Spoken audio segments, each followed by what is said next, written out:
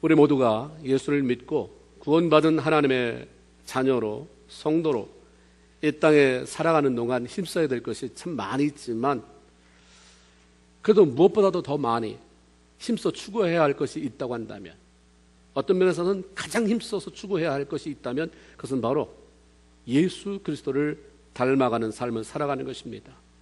예수 그리스도를 닮아간다고 하는 것은 그분이 살았던 삶의 길을 따라가는 것이고, 그분의 인격을 닮아가는 것입니다.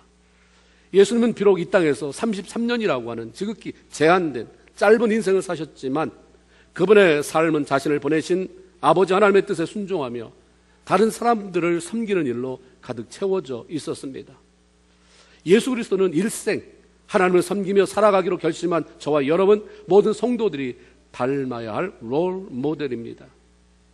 누군가 우리에게 예수 믿고 달라진 것이 무엇이냐라고 물을 때에 이제 교회에 착실히 나가게 됐습니다. 착하게 살려고 노력하고 있고, 거짓말 안 하려고, 남한테 손에 안 끼치려고 하고 있습니다. 봉사하며 살아가고 있습니다. 정말 잘하는 것이고 귀한 것입니다. 그러나 그것보다 더 중요한 것은 예수님 닮아가려고 애쓰고 있습니다. 이런 대답이 있어야 할 것입니다. 우리가 예수 닮기를 열망하며 살아가면 삶이 변화되고 그것은 외적으로 나타날 수밖에 없는 것이죠. 누군가 진정으로 변화되었다고 한다면 그것은 삶을 통해서 밖으로 흘러나와서 사람들에게 아름다운 영향력을 끼치게 되는 것이고, 강한 영적인 동기를 부여하게 되는 것입니다.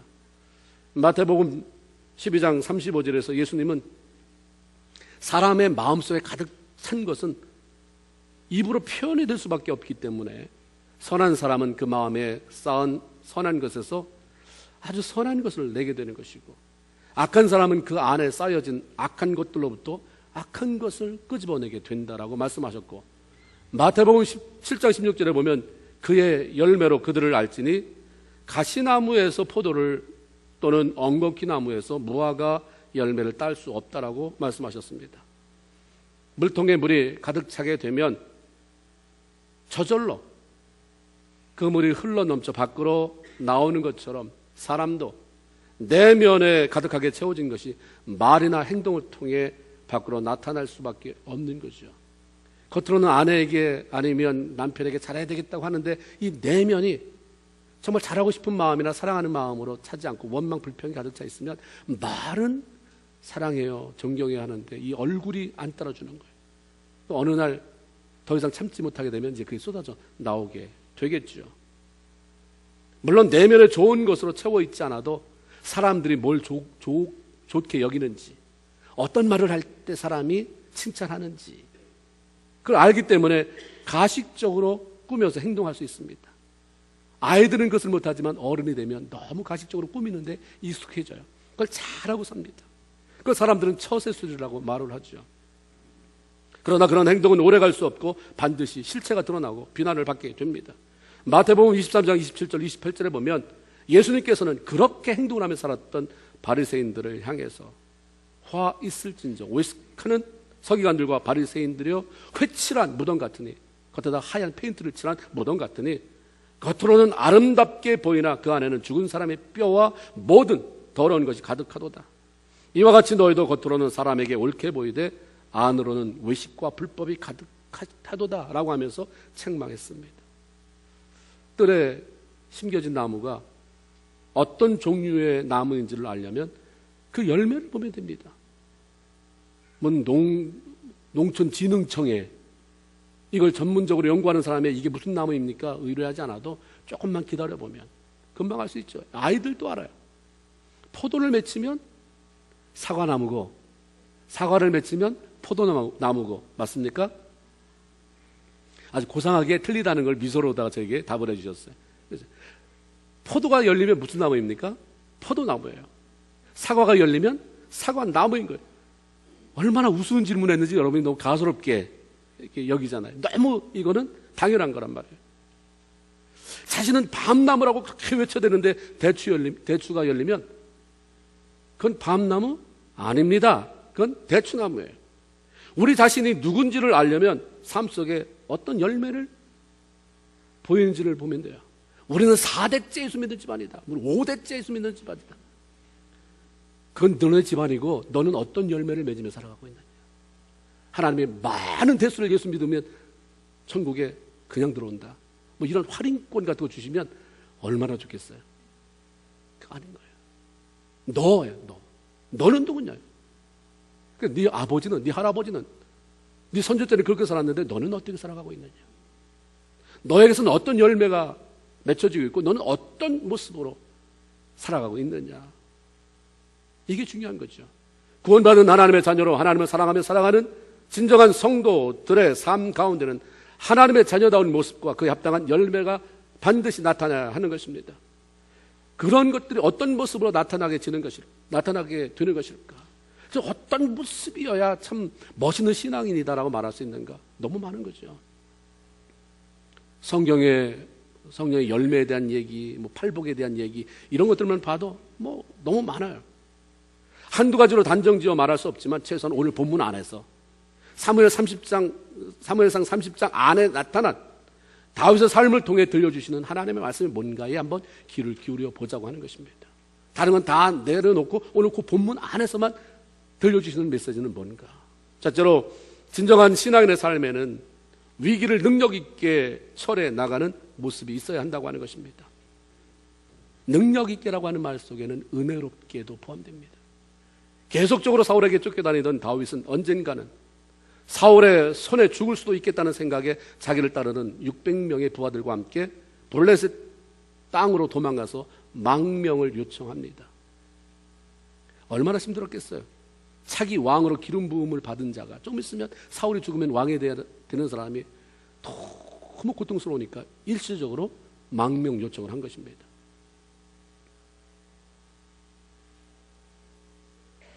그 땅에 아기스 왕은 다윗이 왔을 때에 알아봤어요.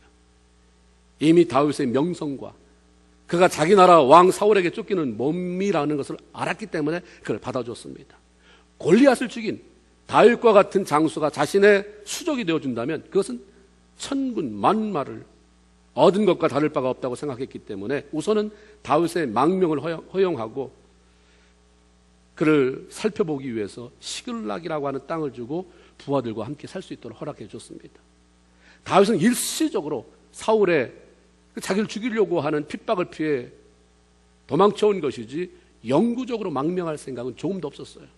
그렇지만 한 달을 있든 1년을 있든 안전해야 되잖아요. 이 안전하게 머물러 있으려면 아기스 왕의 마음에 들어야 하고 저가 나를 신뢰하도록 만들어야 됐어요. 그래서 자신과 함께한 600명의 부하들과 함께 아말렉 같은 주변의 부족들을 쳐서 양과 소와 나귀 같은 탈취물을 잔뜩 갖다가 왕한테 안겨주는 거예요. 너무 기분이 좋으니까 물어봅니다. 도대체 이 많은 것을 누구를 쳐서 뺏어왔느냐? 그럼 항상 유대 땅입니다. 자기 동족이에요. 아기스는 이걸 그대로 믿은 거죠. 저 녀석이 얼마나 사울에 대한 반발이 심했으면, 자기를 버린 자기 조국에 대한 그런 얼마나 아픔이 있었으면 저렇게 끔찍하게 자기 동족을 쳐서 나한테 이렇게 충성을 다하는가. 이제 백성들에게 미움을 받아서 영영이 저는 자기 조국으로 돌아갈 수 없다. 그럼 내가 잡자. 신뢰를 한 거예요. 그래서 어느 날 이 블레셋의 아기스 왕이 유대 땅을 이스라엘을 침공하려고 계획할 때 다윗을 끌어들이죠. 너도 가자. 내 부하 600명 다 들어가자. 그래서 다윗이 자기 600명 부하들과 함께 가족들은 시글락 땅에 부인과 아이들은 다 남겨놓고 이제 전쟁에 동참하게 됐습니다. 얼마나 마음이 그렇겠어요. 다음에 왕이 될 사람이 자기 나라를 치러 가는 거예요. 거기서 간다고 그럴 수도 안 간다고 그럴 수도 없는 상황이 됐습니다. 그런데 그의 부하들이 전쟁에 다윗이 합류된 것을 보고 아기스 왕에게 찾아가서 원망 불평을 늘어놓습니다. 왕은 다윗이라고 하는 놈이 누군지를 모르십니까? 골리앗 장군을 죽였을 때 그 나라 백성이 모두가 나와서 사울이 죽인 자는 천천히요, 다윗이 죽인 자는 만만이라고 했던 그 사람입니다. 그런 다윗인데 어떻게 그 사람을 자기 동족을 치는 일에 데리고 왔습니까? 뭘 믿을 수 있다고? 전쟁터에서 만일 우리를 배반하고 우리의 전략을 다 가지고 이스라엘과 합류하게 되면 그때 그 피해는 어떻게 할 것입니까? 막대드는 거예요. 그때 아기스 왕은 그가 망명한 이래로 내가 그를 쭉 그렇다고 살펴봤는데 지금까지 그 허물을 내가 보지 못했다. 이렇게 두둔을 해야 됩니다. 그러나 반대가 너무 심하니까 어쩔 수 없이 다윗에게 설득시키면서 나는 널 참 좋아하지만 지금은 때가 아닌가 보다. 다시 내가 허락한 그 땅에 가서 기다려라. 자칫 잘못했으면 어쩔 수 없이 동족을 향해서 뭐 흉내라도 뭐 어쨌든 칼을 휘둘러야 되는 상황을 하나님께 막아주셨어요. 그래서 이 상황을 모면한 다윗이 부하 600명을 데리고 왕의 명령을 따라서 이제 가족들이 있는 시글락 땅으로 다시 돌아왔습니다. 그런데 거기서 엄청난 일이 기다리고 있었던 거예요. 장정들이 모두 아기스 왕의 명령을 따라서 전쟁터에 나간 사이에 아말렉 군사들이 시글락 땅을 침입해서 불사르고 전쟁에 나간 사람들의 모든 아녀자와 자녀들을 사로잡아 가고 말았던 것입니다. 이 모습을 본 다윗과 함께 전쟁에 참여하기 위해서 따라갔다 온 그 부하들이 울 기력도 없이 그냥 소리 질러서 통곡하며 울었다고 성경은 표현하고 있습니다. 어떻게든 사울을 피해 살아보려고 블레셋 땅으로 찾아와 망명했는데 어떻게든 다윗에게 붙어 살아보려고 그가 하자는 대로 다 따라했고 전쟁터까지 나갔다가 왔는데 이런 상황을 보니까 이러려고 우리가 지금까지 이랬나. 결국 남의 땅에 와서 이렇게 처절한 꼴을 보려고 그동안 우리가 뭐 망명을 신청한 것인가. 그러니까 이 비참한 상황, 자신들의 딱한 처지, 신세한 땅, 뭐 감정이 복받치니까 뭐 통곡을 한 거죠. 그런데 남아있던 백성들이 이런 다윗을 보고 돌로 쳐 죽이려고 달려들기 시작합니다. 연약한 아내와 자녀들을 무방비 상태로 두고 어떻게 블레셋 군사들을 도우러 떠날 수가 있느냐. 원망이죠. 분노가 가득 찼습니다.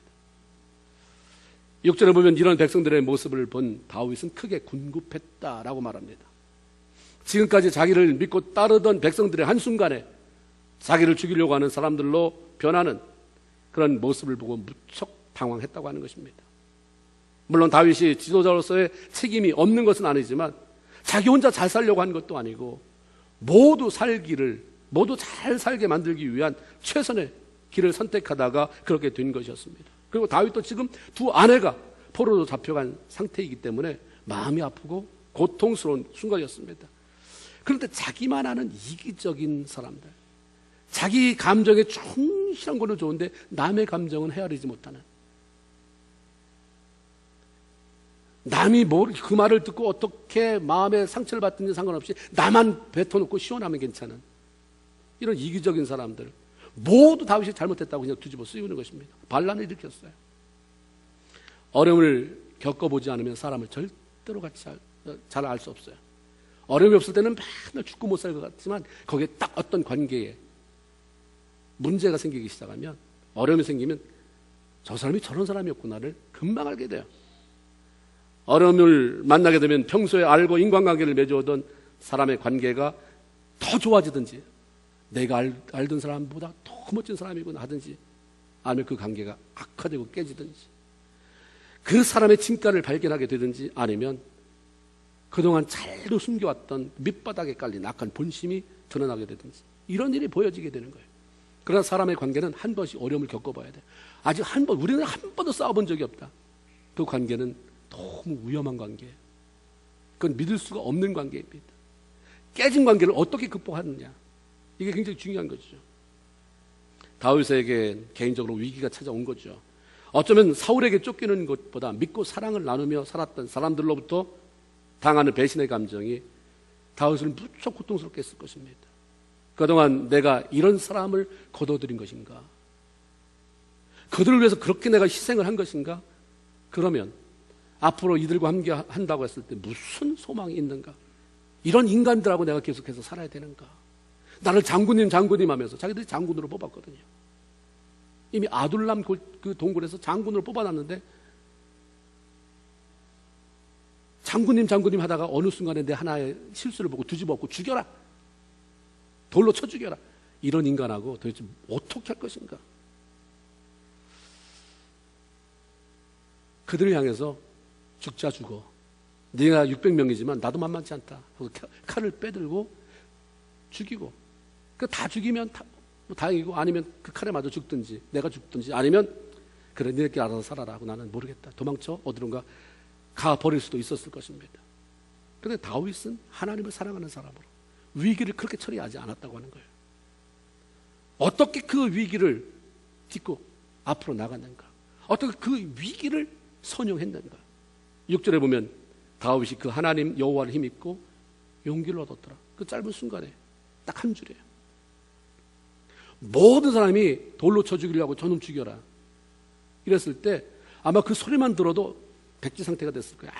아무 생각이 안 나고, 아니면 잠깐 하면서 자기 변명할 생각을 했을지 모르는데, 그 순간에 다윗은 하나님 여호와를 힘입고 용기를 얻었더라. 이 말씀으로 우리에게 답을 알려줍니다. 다윗이 하나님을 의지하며 기도했고 그로 인해 담대함을 얻게 됐다고 하는 말씀입니다. 사람과 더불어 분노하며 싸우느라 에너지 낭비하지 않고 하나님 앞에 엎드린 것입니다.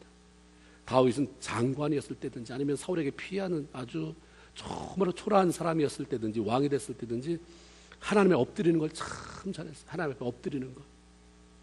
무슨 일 있으면 그냥 하나님 앞에 엎드려서 잘못했습니다 싹싹 눈 부릅뜨고 하나님 쳐다보지 않았고, 내 인생 내 거니까 내 마음대로 살겠다라고 대들지 않았고 잘 엎드렸어요. 그래서 하나님이 주시는 힘을 얻었고, 힘을 얻은 다윗은 제사장 아비아달의 도움을 받아서 하나님의 뜻을 묻고 다시 백성들의 마음을 모아서 자기 가족들을 포로로 잡아간 아말렉 군사들을 추격하기에 이르렀습니다. 사람이 궁지에 내몰리면 스스로 망하는 자리로 들어서거나 아니면 하나님을 더 신뢰하는 자리로 나가게 됩니다. 예수 믿는 사람은 아니지만 교회 나오는 사람은 그렇게 갈려질 수 있어요.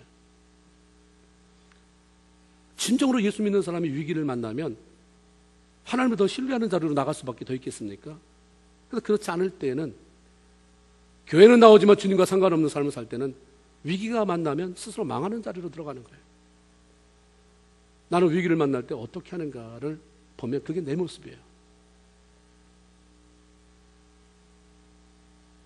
같은 위기라도 처리하는 방법에 따라서 결과는 크게 달라집니다. 똑같은 위기인데 정말 아주 완전히 그 사람을 망하게 만드는 결과를 얻을 수도 있고, 오히려 그것이 기회가 돼서 그 사람을 참으로 더 복되게 성공적인 삶으로 이끌어가는 열매가 맺힐 수도 있는 거죠. 다윗과 그 백성들은 블레셋을 도와서 싸우기 위해 전쟁터에 갔다가 다시 돌아온 사람입니다. 싸우지 않았더라도 얼마나 머리가 복잡했겠어요. 가서 유다를 치러 간다는데 이스라엘 백성들과 대적이 돼서 싸워야 된다는데 어떻게 되는가, 뭐 머리도 복잡하고, 거기까지 가는 동안에 얼마나 힘들었겠어요. 또 갔다 와야 되니까 이미 힘을 다 쏟은 거예요. 그리고 와보니까 자기들이 머물렀던 시글락 땅이 불에 타서 황폐하고, 부인과 애들은 다 포로로 잡혀갔으니까 뭐 다 의욕상실이죠. 다리가 후두두두 떨리고, 무슨 싸움을 또 하겠어요. 무슨 아말렉을 쫓아가겠어요. 그런데 다윗이 위기 속에서 사람에게 분노를 쏟아내지 않으니까, 사람과 더불어 자기를 죽인다고 했지만 그 사람들을 향해서 에너지를, 내가 싸워야 할 사람은 너가 아니다, 내가 싸워야 할 사람은 아말렉이다. 그러니까 거기에 낭비하지 않고 하나님을 바라보며 힘을 얻고 백성들의 마음을 하나로 모을 수가 있었던 거예요. 싸웠으면 다 뿔뿔이, 포로로 간 놈들은 다 그대로, 남아있는 사람은 남아있는 대로 다 깨지고 원망의 관계로. 그런데 다윗이 이 위기를 이렇게 넘어가니까 다 살아냈어요. 자기도 살고 남아있는 그 성에 남아있는 땅에 남아있는 사람 살고 포로로 간 사람도 다 잡아와요. 어떻게 처리하느냐? 우리는 너무 많이 예수 믿으면서도 사람하고 싸워요. 자기 자신과 싸워야 되고 더 나아가서 사탄하고 싸워야 되잖아요. 우리의 씨름은 혈과 육에 대한 것이 아니요 정사와 권세와 이 어둠의 세상 주관자들과 하늘에 있는 악의 영들의 대함이다라고 말씀했는데, 너무 사람하고 싸워요. 신학의 경력이 많이 가도 보세요. 내가 나하고 싸우나, 끊임없이 여러분 싸워오십니까? 20년 예수 믿었다. 난 20년 동안 너무 나랑 싸우느라고 나 많이 죽었어요. 입니까? 아니면 여전히 사람하고 싸워서 미운 사람이 많습니까? 사람하고 싸우는 건 죽을 때까지 끊임이 없어요. 미움은 싸워서 해결되는 게 아니라 점점 커지는 거잖아요. 참 멋진 사람이에요, 이 다윗이. 자기를 죽이겠다는데 또 그걸 하나님 앞에 힘을 얻고 보니까 분노가 사라지잖아요. 왜 하나님 앞에 엎드려야 되냐면 그 씩씩거리는 그 분노에 독이 빠지니까 저들은 씩씩거려도 나는 그 독이 아닌 평정된 마음으로 바라보니까 그냥 수용이 되는 거죠. 그러니까 또 다른 지략이 생겨나는 것이고 또 다른 방법이 찾아지게 되는 것입니다.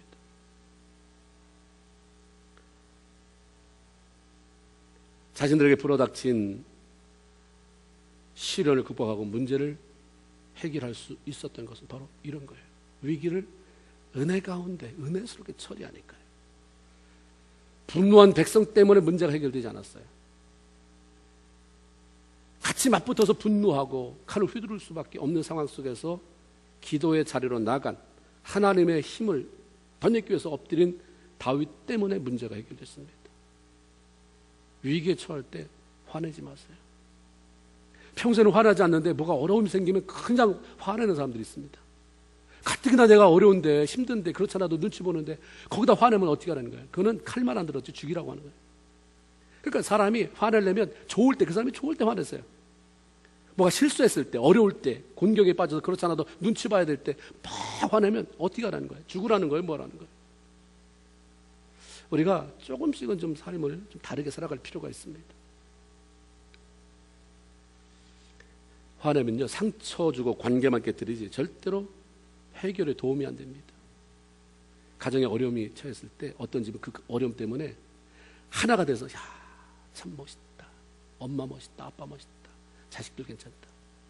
아이고 저기 아버지라고 저기 엄마라고 차라리 내가 엄마였으면 이 지경은 안 만들었겠다. 이렇게 갈라지는 거예요.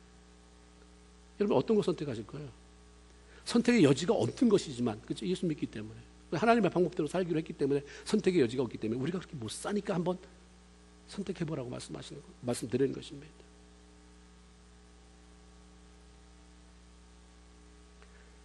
위기의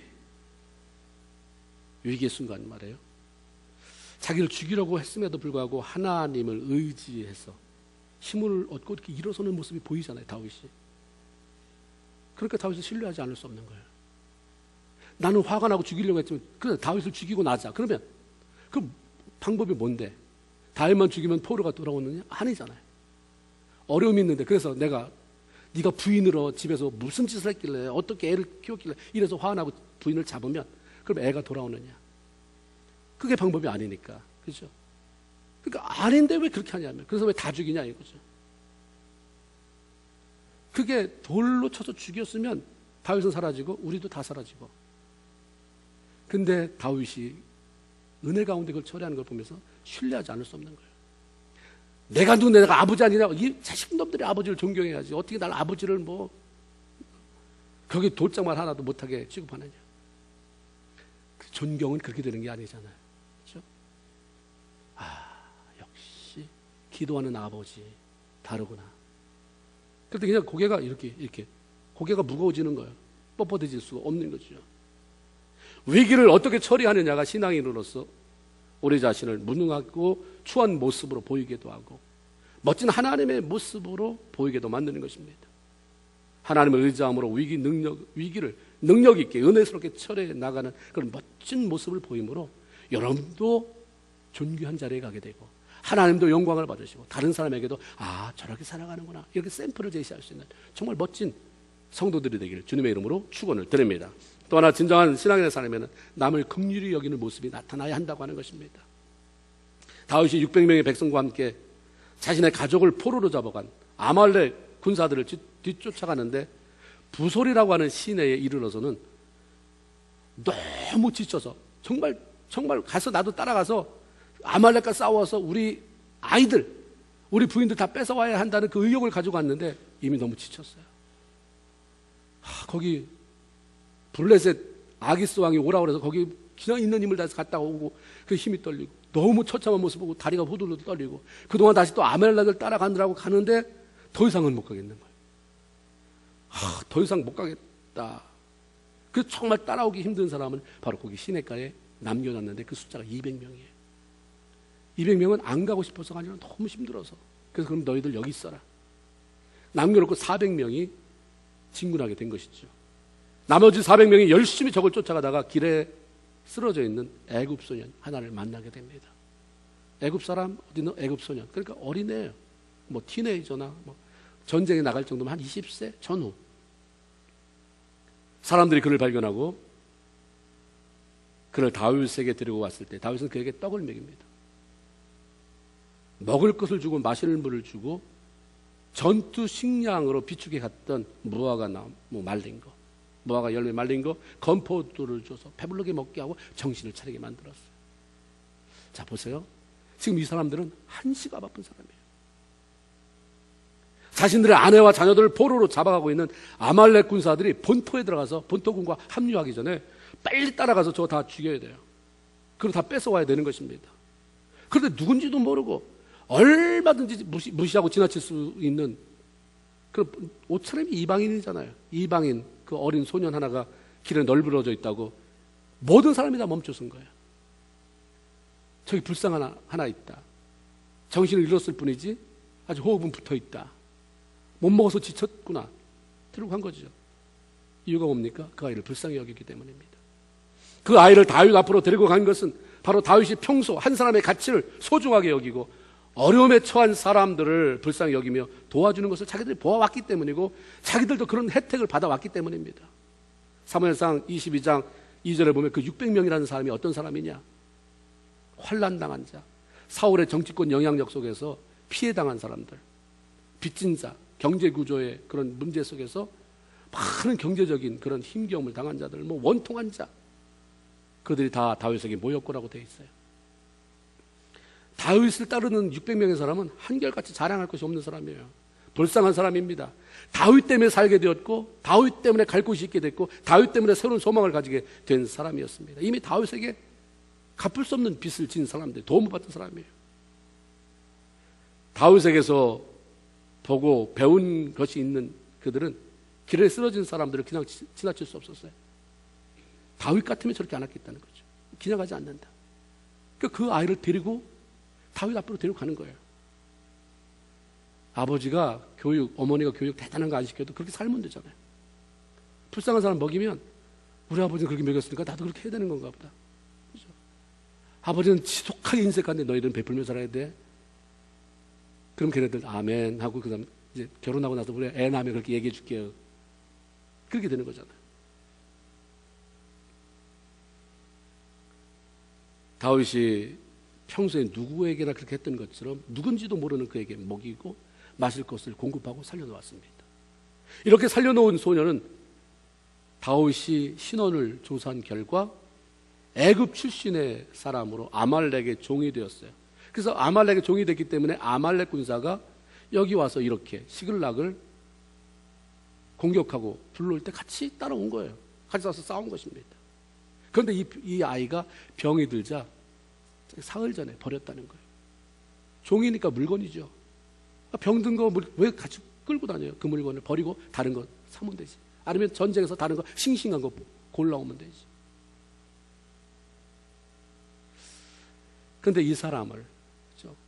아니 자기 주인도 병들었다고 버린 거를 전혀 알지도 못하는 다윗이 전쟁에 나가는 사람에 있어서 그 비축된 식량이라는 게 얼마나 귀한 것입니까? 다 풀어서 다 먹여서 살려놓잖아요. 이 소녀는 자기가 이제 이실직고를 하죠. 당신이 살던 땅 시글락을 불질렀던 군사들 가운데 하나가 납니다. 만일 당신이 나를 죽이거나 지금 아말렉을 쫓아간다고 했는데 가서 주인한테 나를 다시 넘겨주는 그런 일만 하지 않는다고 한다면 내가 아말렉에 대한 정보를 알려주겠습니다. 마침내 다윗과 600명의 그 부하들은 애굽 소녀를 쫓아서 아말렉 진영에 들어가서 새벽부터 그 다음날 저녁에 걸쳐서 모두 죽였어요. 그리고 빼앗긴 것들 중에 다 찾아왔는데 성경에 보면 아무것도 잃어버린 게 없다고 그랬습니다. 그거 다 플러스죠. 뺏긴 거 도로 찾아왔고 그들이 가진 거 더 가져오고 하나님만 의뢰하고 무작정 아말렉의 뒤를 쫓아가 자기의 가족들을 다시 찾아오려고 하는 그런 마음에 급했던 상황 속에서 그런 어려운 근황 중에서도 다윗이 어려움에 처한 사람들을 불쌍히 여기며 도움을 베풀고 살려놓았을 때 하나님은 그 소년으로 하여금 다윗의 길잡이가 되게 했어요. 아말렉 군사를 추격하는 노선을 알려주는 지도가 맵이 되게 만들어 주셨습니다. 어쩌면 우리 급하다, 저까지 너무 죽어도 괜찮아 하고 갔으면 걔를 살리는 그 시간보다 훨씬 더 많은 시간을 그 길을 돌았어야 됐을지도 모르겠어요. 그죠? 근데 짧게, 그것도 내가 아니라 하나님이 그걸 원하시기 때문에, 다윗의 마음이 그거 아니에요. 하나님이 원하시기 때문에 우리가 가지만 생명 이것도 소중하지 않느냐. 먹이고 살렸더니 그 시간이 얼마나 됐겠어요. 근데 하나님이 그 아이가 지도가 되게 할 줄 어떻게 됐어요? 오늘날로 말하면 내비게이션이에요. 그 아이가 내비게이션 뭐 정확하잖아요. 거기서 왔다 가는 거기 때문에 정확하게. 그러니까 그대로 가서 뭐 다 뺏어오잖아요. 신앙인의 삶 가운데 나타나야 할 모습 중 또 다른 하나는 바로 긍휼히 여기는 마음입니다. 마태복음 5장 7절에 보면 긍휼히 여기는 자는 복이 있나니 저희가 긍휼히 여김을 받을 것이요 라고 말씀합니다. 남을 불쌍히 여기는 자를 하나님이 불쌍히 여긴다고 하시는 거예요. 나를 불쌍히 여겨주십시오. 이 기도 많이 하잖아요. 근데 앞에 하나님이 그래, 나 불쌍히 여길게. 근데 너 남을 좀 불쌍히 여겨라. 그럼 불쌍히 여겨달라고 안 해도 하나님이 긍휼히 여기면 긍휼히 여기겠다고 했으니까 하나님 앞에 긍휼히 여겨달라는 말을 할 필요가 없는 거예요. 뭐 하면 돼요? 긍휼히 여기면 되는 거예요. 다른 사람을 불쌍히 안 됐게 여기고, 안 됐게 여기면 도와주게 되겠죠. 그러니까 하나님이 야, 난 네 거, 내 사랑하는 아들, 딸께 밖으로 이렇게 나가는 거 원치 않는다. 네게 또 긍휼히 여기느라고 하나 나갔구나. 2개 채워줄게. 이게 하나님이지.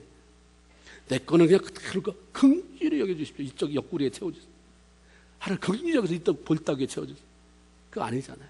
그러니까 하나님 너 긍휼히 여겨라. 먼저 긍휼히 여기면 말하지 않아도 내가 너 긍휼히 여겨줄 거다 말씀합니다. 하나님께서 불쌍히 여겨주셔야 그분의 도움이 우리에게 임하게 되는 것이고 우리의 삶이 열리게 되는 것이고 필요한 것으로 채워지게 되는 것인데 그것은 우리가 먼저 남을 불쌍히 여기는 삶을 살아갈 때 주어진다고 말씀합니다. 그래서 사도 바울은 에베소서 4장 32절에 예수 믿는 사람이 있냐? 이제 같은 에베소 교인이 됐느냐? 그럼 이렇게 살아라. 이건 따라합시다. 서로 인자히 여기며 불쌍히 여기며, 그렇죠? 서로 인자히, 카인드, 인자히는 여기서는 카인드로 번역이 됐어요. 친절해라. 좀 너무 투명스럽지 말아라. 같이 하나님을 믿는 사람이 됐으면 그 가족이든 교회 식구든 좀 친절해라. 너무, 그러니까 예수 믿는 사람들 불친절하고 투명스러운 사람 회개해야 되는 거예요. 말씀이 이러니까. 그렇죠? 그 다음에 인자히 여기면 그 다음에 뭐예요? 불쌍히 여기라는 거예요. 불쌍히 여기면 미워하는 마음이 사라집니다. 그러니까 막 미워하는 놈 사랑하려고 하지 마시고 안 되는데 하지 말고 그냥 내 안에 그를 불쌍히 여기는 마음 주세요. 신앙의 삶에는 얄미워하고 시기 질투하는 감정이 죽어져야 하고 대신 남을 불쌍히 여기는 모습이 나타나야 하는데 그런 모습으로 충만하게 되길 주님의 이름으로 축원을 드립니다. 세 번째, 이 본문에서 잘 읽어보면 진정한 신앙인의 삶에는 다른 사람에 대해서 관대하고 배려하는 모습이 있어야 된다는 메시지가 들어있습니다. 다윗과 400명의 부하들이 이제 600명인데 200명은 안 갔잖아요. 부설 시내까지 남아있잖아요. 400명이 가서 하나님의 도우심으로 애굽 소년을 만나서 뭐 정확하게 길 안내를 받고 아말렉을 다 쳐서 잃어버린 거 다 찾아가지고 올 때 또 문제가 생겼어요. 400명의 부하들이 싸우러 가지 않고 부설 시내가에 남아있던 200명을 보자마자 갑자기 너희들에게는 여기 봐라. 여기 네 부인이지, 네 아들, 네 딸이지. 이 사람들은 줄 수 있지만 우리가 뺏어온 아말렉에서 뺏어온 금은 뭐와 전리품은 절대로 나눠줄 수가 없다. 싸움에 나간 자와 나가지 않은 자가 차별이 있어야 공평한 것이지 어떻게 나가지 않은 사람하고 나간 사람하고 전리품을 똑같이 나눠 가질 수 있겠느냐. 이기고 돌아왔으면 얼마나 감사해요. 그럼 좀 사람들이 여유가 있어야 되는데 여유가 아니라 욕심이에요.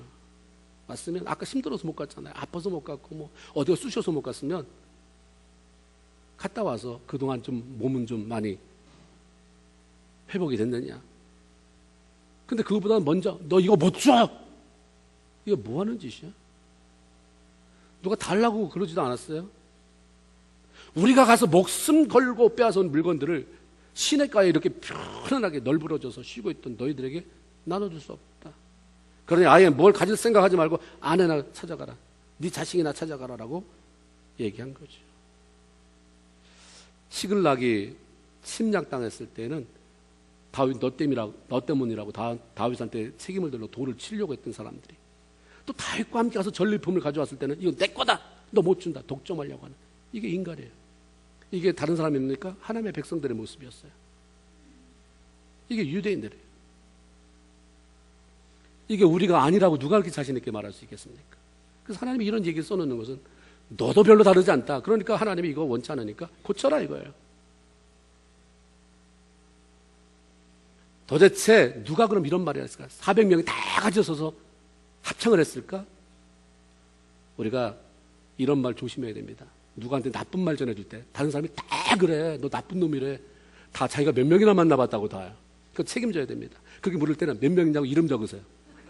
네가 말하는 단어는 몇 명이냐, 다른 사람 너 다 욕해, 너 요즘 뭐 나쁜 놈이라며, 이런 거 네 자식이 그렇다며 다 그래. 그 다에 대해서 책임을 물을 수도 해야 돼요. 예수 믿는 사람은 서로 감시자가 되어주시길 주님의 이름으로 축원드립니다.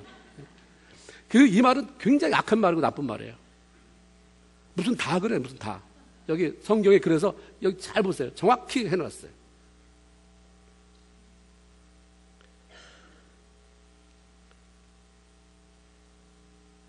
(22절) 오늘 본문에 읽진 않았지만 제가 이제 읽었고, 여러분 집에 가서 읽으면 돼요. 22절에 보면 모두가 다 그런 것이 아니라 다윗과 함께 갔던 자 중에 악한 자와 비류들이, 악한 사람이 그랬다는 거예요. 악한 사람은 사람이라고 말하기보다 악한 놈들이 이렇게 하는 게 더 훨씬 더 우리한테 잘 들어와요. 악한 사람들과 비류들이 그랬다. 비류라고 하는 게 어떻게 생각하면 유대인이 아닌 이방인 이렇게 생각될 수 있지만, 영어 성경 NIV는 트러블 메이커, 무슨 일이 있을 때 문제 일으키면 그 사람, 그 트러블 메이커가 또 그랬다는 거예요. 맨날 만족하지 못하고 늘 불평만은 그 문제 일으키는 그 사람, 악한 데다가 문제 일으키는 그 사람이 얘기한 거다. 그러니까 다윗과 함께 갔던 모든 악한 자와 비류가 아니고 다윗과 함께 갔던 자 중에 악한 자와 비류. 이들은 욕심 많고 자기만 알고 제멋대로 행동하던 훈련이 하나도 되지 않은 사람들입니다. 성경에, 특히 신약 성경은 디스플린, 훈련이라고 하는 말이 굉장히 많이 나와요. 예수 잘 믿으면 된다, 이거는 아무것도 아닌 거예요. 어떻게 잘 믿을 건데? 훈련을 통해서요. 훈련이 안 되면 안 된다는 거예요. 말씀을 통해서 훈련이 돼서 자기가 쳐서 복종시켜야지, 자기 식으로 믿으니까 하나도 훈련이 안 된 거예요. 그러니까 너무 감정 기복이 심하고, 좋을 때는 다 빼줄 것 같은데 나쁠 때는 다 너 때문이라고 하는, 그 공동체를 와해시키는 일들이 생겨나게 되는 것입니다. 이 이야기를 듣는 다윗이 전리품은 싸움터에 나간 400명이나 벼슬 시내가에 머무르고 있던 200명 모두가 동일하게 나누어 가져야 된다라고 딱 잘라 말함으로 말미암아 이 문제를 아주 깨끗하게 정리해 주었어요. 왜 그러냐면 다윗이 이렇게 말한 이유가 뭐였냐면 33절에 여호와께서 우리를 보호하시고 우리를 치러 온 그 군대를 우리 손에 붙이셨은즉 그가 우리에게 주신 것을 너희가 어떻게 니네끼리 갖고 누구는 안 준다 할 수 있겠느냐. 우리가 애써서 얻은 게 아니라, 우리가 애써서 이긴 게 아니라 하나님의 도움으로 이기게 되고 하나님의 도움으로 전리품을 갖게 됐다고 한다면 하나님의 백성 모두가 다 공평하게 나눠 가져야 되는 거지, 나 같은 사람은 더 갖고 아는 사람은 덜 갖고가 아니다라는 거예요. 다윗에게는 하나님의 자녀가 갖는 관대함과 남을 배려하는 마음이 가득 차 있었습니다. 우리가 볼 때 싸운 사람끼리 탈취한 물건을 나누고 싸우러 가지 않은 사람에게는 아무것도 주지 않는 것이 공평한 일이에요. 이게 세상적인 방법인 거예요. 그런데 성경은 그렇게 말한 자를 악하다고 하잖아요. 어떤 악한 자가 그렇게 말하더라. 어떤 악한 자가 싸우러 간 사람은 다 가지고 400명이 나눠야 되고 안 간 사람은 받지 말아야 된다고 말했는데 그걸 악한 자라고 말하잖아요. 그렇게 말하는 사람이 비류다, 트러블 메이커다라고 말하죠. 하나님이 보실 때에는 그런 거잖아요. 내가 가져와서 이길 수 있는, 내가 같이 해줘서 이길 수 있는 전쟁이고 내가 도와줘서 가져온 전리품이라고 한다면 이 주인이 누구냐는 거예요. 난데 그럼 내 마음에 들게 나눠야 되는 거 아니냐. 나는 다 나눠주기 원한다. 나가서 싸울 때는 하나님 제발 이 전쟁에서 살려만 줘서 이기기만 해서, 이기고 나서 받으면 그 다음부터 내 거야.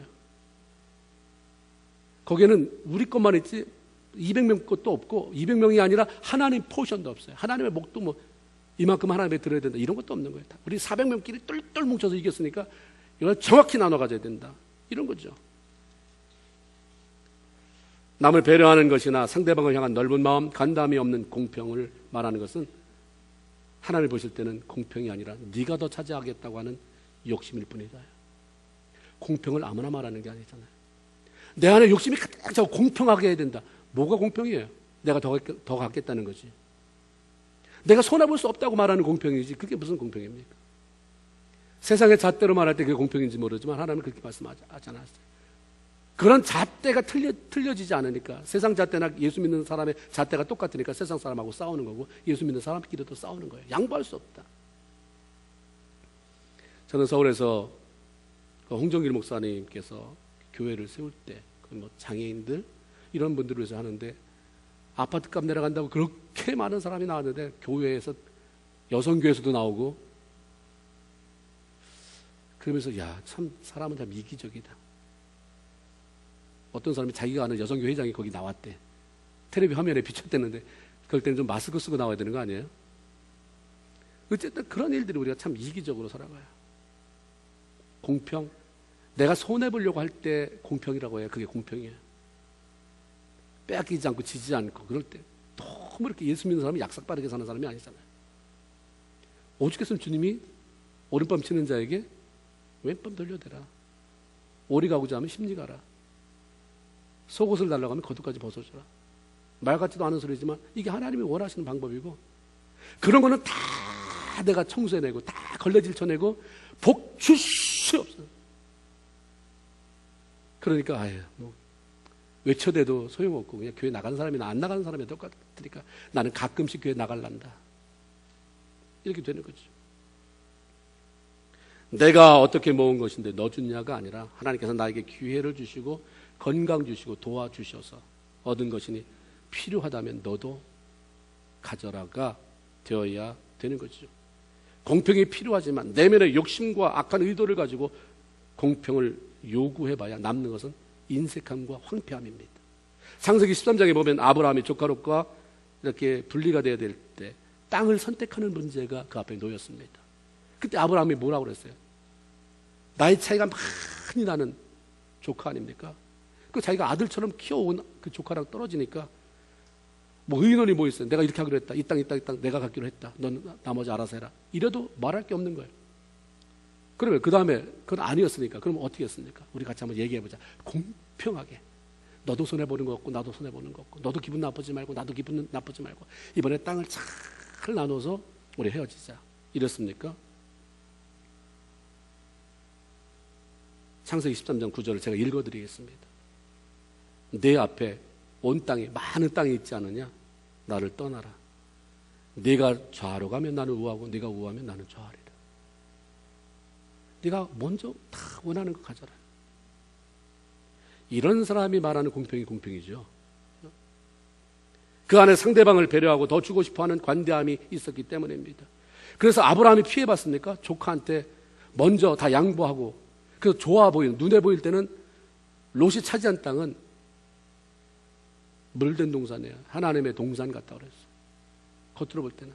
나중엔 소돔과 고모라. 결국 선택한 것이 그거잖아요. 아브라함이 피해봤습니까? 롯이 떠나자마자 하나님이 기다렸다는 듯이 아브라함을 찾아오셔서 장래일을 말씀해 주시고 축복을 말씀하셨고 그 이후에 그의 삶을 더 풍성하게 채우시고 이끄셨습니다. 우리가 공평함이나 원리 원칙을 무시할 수 없지만 신앙인들의 삶은 그것보다도 생명을 살리는 원칙이라고 하는 그 위에 더 높은 수준 위에 세워져야 하는 것입니다. 이것이 생명이 살아난다면 내가 공평하지 않아도 내게 좀 불이익이 와도 그렇게 해라라고 할 수 있어야 되는데 다 내 목 차지하고 앉으려고 하고 내 목만이 아니라 조금이라도 더 차지하려고 하니까 생명이 안 살아나요. 많은 사람이 예수 안 믿는 옆집에 가게 아저씨 때문에 실족해서 하나님 떠납니까? 교회 떠납니까? 예수 믿는 사람한테 떠나는 거예요. 예수 믿는 사람 때문에 상처받아서. 그의 이기적인 너무 교회에서는 고상하게 보이는데 너무 이기적이고 한치도 양보하지 않으려고 하고 이런 모습에 아주 난 학을 뜬다. 이런 거죠. 잘 배우면 그 사람도 그 다음에 그렇게 할 텐데 배우는 게 별로 없으면 이 연대가 끊어져 버리고 마는 거예요. 내가 남을 배려하고 관대해서 그가 살아날 수 있다면 그것을 선택해야지 공평을 주장하면서 남을 죽여서는 안 되는 것입니다. 내가 손해보지 않고 더 누리기 위해 주장하는 공평은 욕심이고 상대방을 죽이는 것이고 하나님이 악하다고 그래서 악하다고 하시는 거예요. 공평하게 하지 않는데 그거 틀린 말 아니잖아요. 주님은 그 말을 믿지 않아요. 말을 보는 게 아니라 그 내면에 이놈아 네 숨은 동기가 네가 더 가지려고 그러는 거지. 그래서 200명의 분은 나는 빼고 나머지 다 나눠주려고 하는 것이냐? 아니, 네가 더 가지려고 공평 하는 거 아니에요. 하나님이 악하다라고 보셨어요. 하나님의 자녀들은 절대로 생긴 대로 사는 게 아니잖아요. 에휴, 생긴 대로 살아야지. 이거 예수 믿는 사람이 하는 말 아니에요. 우리가 쓰는 말은 너무 많이 세상적인 것을 그대로 살아요. 생긴 대로 사는 겁니까? 생긴 대로 사는 거 아니에요. 우주보다 크신 하나님께 붙어가 사는 사람이죠. 내 생긴 대로가 아니라 난 생긴 게 이렇고 내 능력이 이래도 그냥 능력이 하나님에 붙어 사는 것입니다.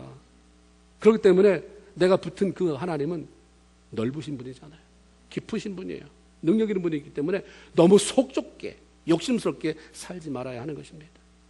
넓은 마음과 남을 배려하는 모습을 통해 다른 사람에게 힘을 주고 그들을 살려내야 합니다.